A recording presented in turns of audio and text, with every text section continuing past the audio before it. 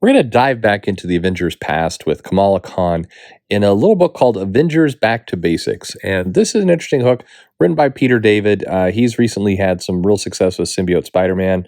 Let's see how this goes.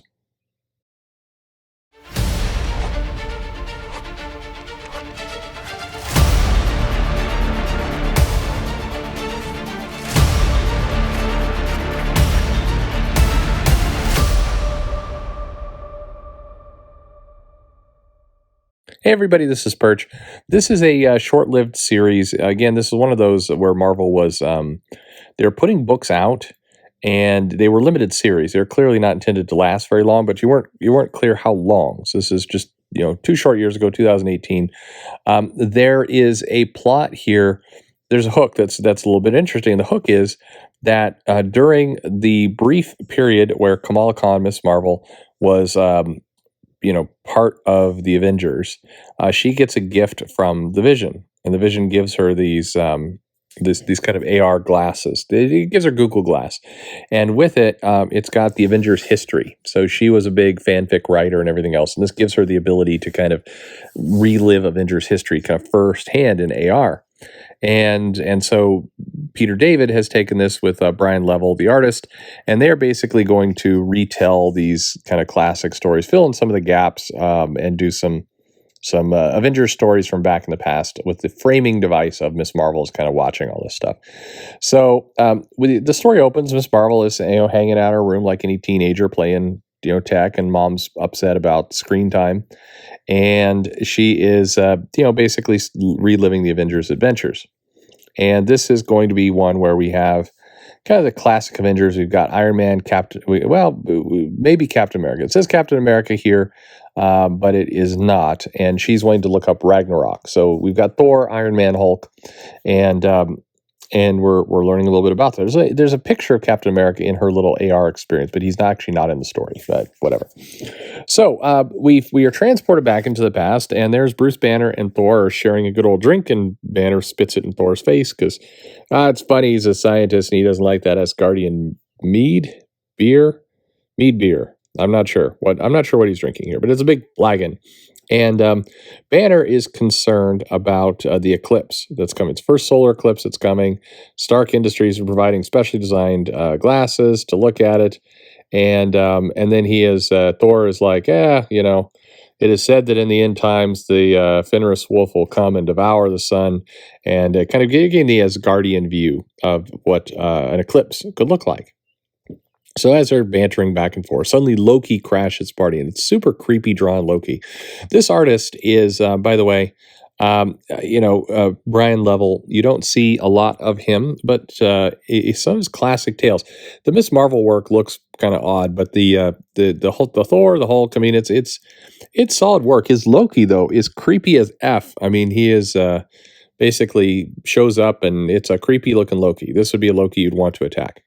So before we learn what Loki's up to, though, we head off to Central Park, and Pepper Potts, Tony Stark are hanging out, handing out glasses to people. Because this is what a billionaire CEO and his assistant would do. They would walk around with a small box of glasses.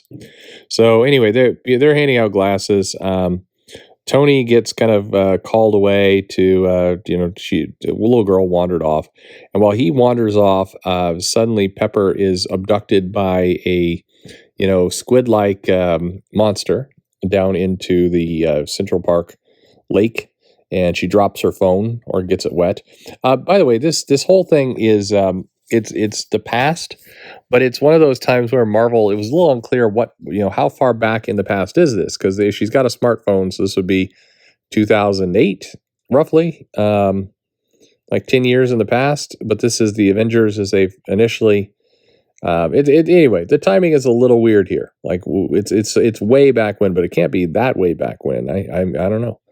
Or maybe this is a more modern telling. I mean, Thor's in a newer costume, so anyway, it's unclear where when this story is exactly happening. That doesn't matter. It was kind of billed as a maybe a look into the Avengers' more distant past, but it's clearly not. The costumes are all new, and what's interesting is we're getting Peter David's Hulk.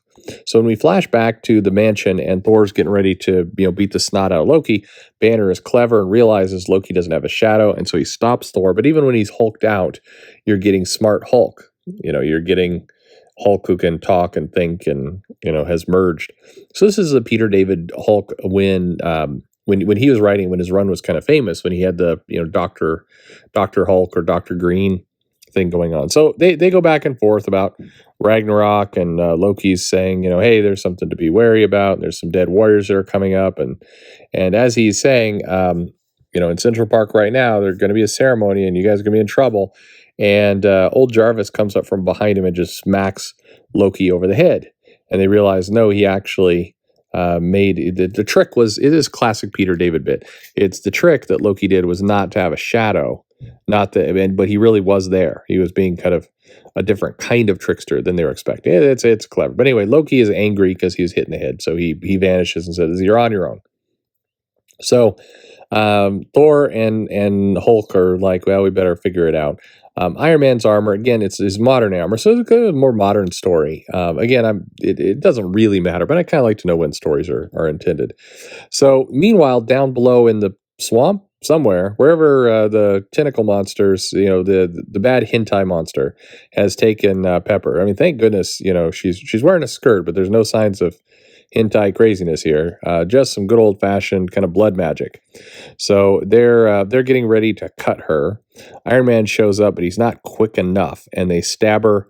They give her the old stigmata in both hands, just as the sun is getting the eclipse. And while Thor and Hulk arrive at Central Park, it's too late because the blood magic ritual has awakened Fenris, and the ground kind of cracks open, and Fenris claws his way up. And we've got some major problems, a good old Ragnarok problem. So that's the issue. So this isn't, a class. This is kind of two things. It's not a classic Avengers book in that they have to get the team assembled and everything else. It's told as a flashback to kind of fill in parts of its history. But at the same time, it's got good pieces to it. I think Peter David has a good handle on these characters. It's a fun little story. It's nothing. If you miss it, you're not going to miss it. But it's a fun little Avengers story. It definitely feels like the Avengers.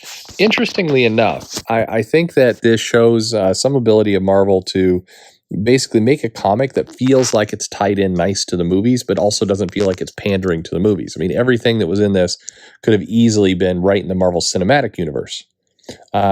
But it doesn't feel like they're sacrificing their continuity of their characters or history just to put it there. So that's a nice thing. This is an interesting little book. Nothing wrong with it, and if people remember it, it was fun. It was a fun little title. Do you remember it? Do you have any comments on this? Did you like that stuff? Peter David's. Some people love him, some people hate him, but I find generally he does right by the characters. Leave a comment below. Like, subscribe, follow me on Twitter at Comic Perch, and thanks for listening.